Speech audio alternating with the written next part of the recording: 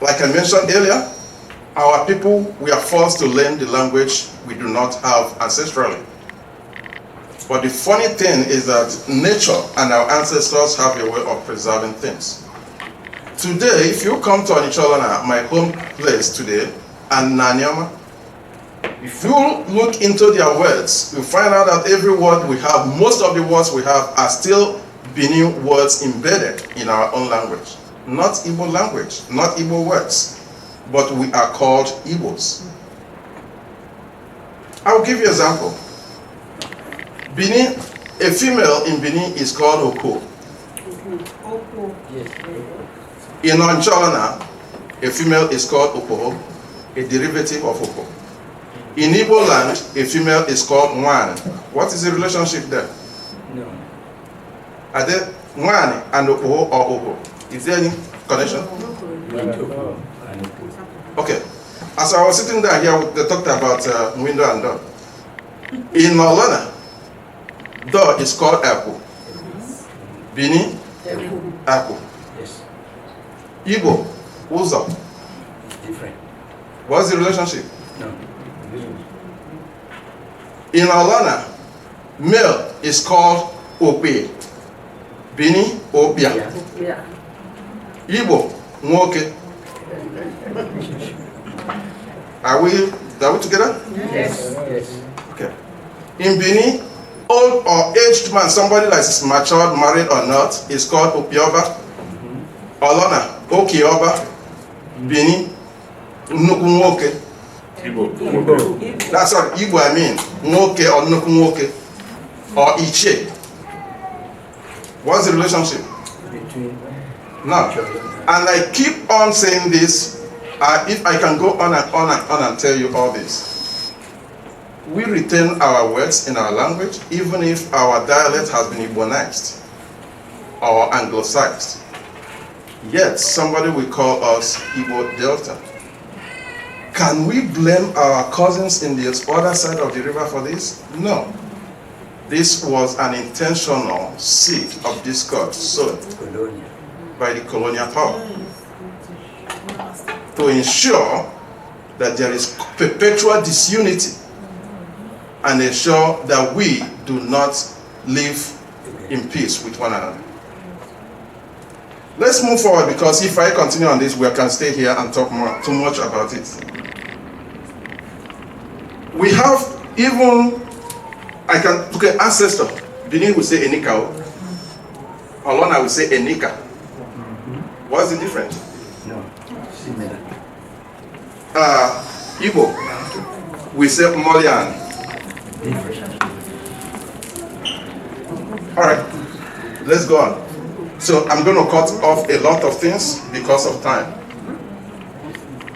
Let's focus on this Ikomioto name, because it's a very key discussion that is going on now in Nigeria and in Delta State. The place we call Anioma today, that name took on that name in 1951.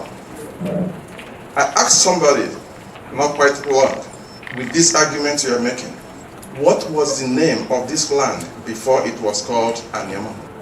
Because the very community did not start in 1951. Neither did it start in 1953. The person was looking at me. Okay, and I told him, well, in case you don't know, this very land has undergone name change 6 times. He was looking at me. I said, fine.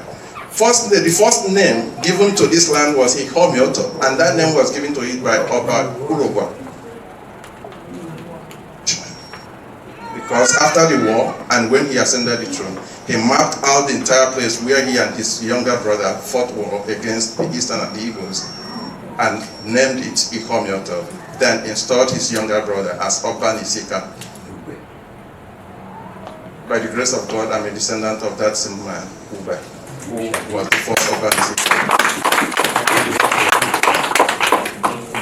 Next, when the British arrived in the late 1800s, like I mentioned earlier, they couldn't pronounce the word Ihomioto. Instead, they called everybody in the western side of the river the West Bank of the Niger, or the people of the West Bank of the Niger. I suppose they were still looking for a better name. Fast forward, as they have now formed alliance with the Igbos, they sought a better name to give to it. The Igbos translated Ihomyoto to their language and called it Onochiane, Onde Nochiane. Again, that was a difficult language for them. They can't pronounce it either.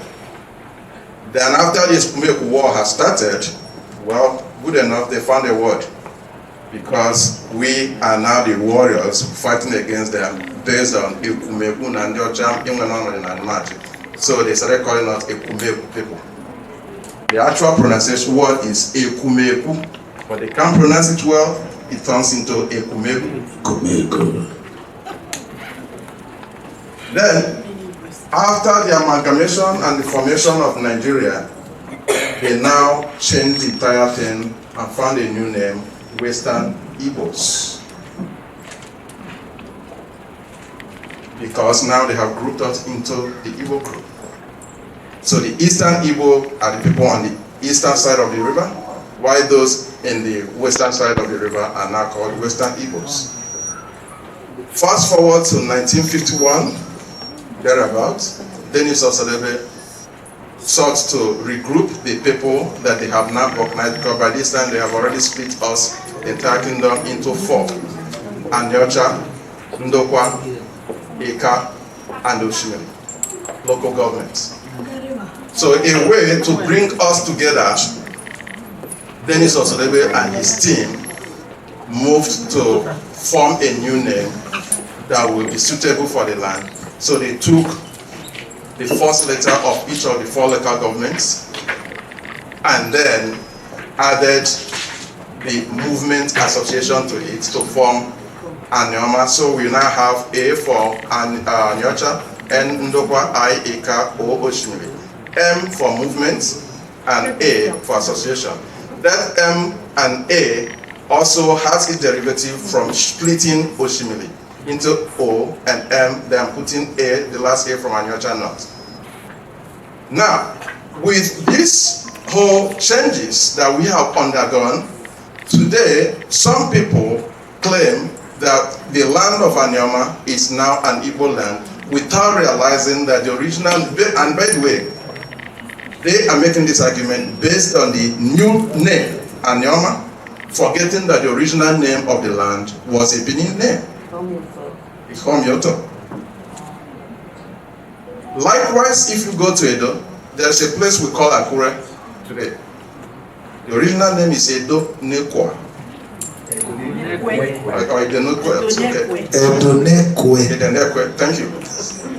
But again, because of these name changes, to adapt them to a particular ethnic group, we had it shut down again. It's now called Akure. The old Benin name to it is gone. And somebody can easily call them Yorubas, but they are Beninese. I need to move forward in this because, again, we can stay here and talk about this for many hours.